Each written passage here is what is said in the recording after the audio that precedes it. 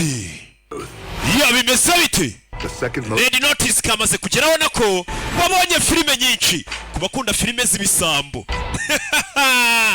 Urebe Nolan Booth, the second most wanted art thief in the world. igisambo cya kabiri ku isi gihigwa kurusha ibindi. Special Agent John Hartley. FBI. FBI baranze. Bese bite? Urebe Hi guys. bite basore nta bwoba. How'd you find me? You stole William's wamenye gutawundi red hat from the tape. wibye William igishushanyo cy'umugore wambaye ingofero y'umutuku ntacyo nibye tokimanitse no mu nzu ye.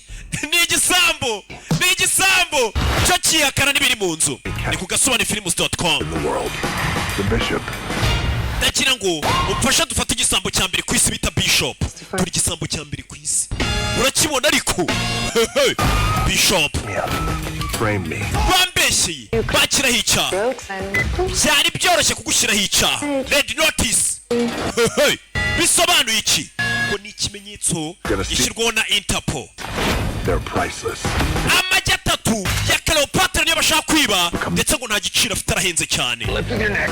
Even if I did partner up with you, you still only have one brain. urebe What's the plan, son of a...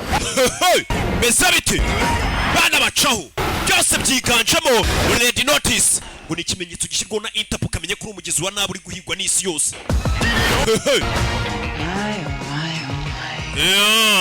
Bajan Ryan Reynolds na Dwayne Johnson. Look awful. Wagakobwa urasa nabi cyane kumubwira ngo arasa nabi akuraho igiti. Iki nicyo gisambo cya mbere ku isi. Dore ngo icya kabiri do nta kabayaga. Rabe giti gisambo cya mbere ku isi cy'igikobwa kiba cyo kirakubita. Rebe filime byose byiganjemo wabonye filime nyinshi. Umwunganizi wawe mu cyaha sari hehe? Kumbe dore ngo uri 5-second rule. do beza bite Marriage of convenience. byose kiganjemo Red Notice.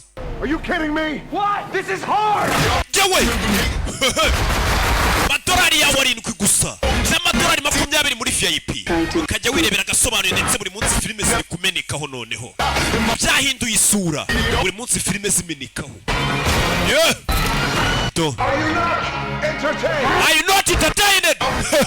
Do jewe byose Here's my last thing you should know. byose bikarimo cyane bari kurwanira ndetse no gushaka kwibanga amagi atatu ya Cleopatra yari umwamikazi wa Misiri. Kwizera igisambo ni ibintu bibi cyane. Kwizera igisambo niryo kosa rya mbere. Red Notice udacikwa shaka kureba filime yose kandi handitse ngo watch full movie wishyura udufaranga twawe ku kwezi dukomeze twirira isi.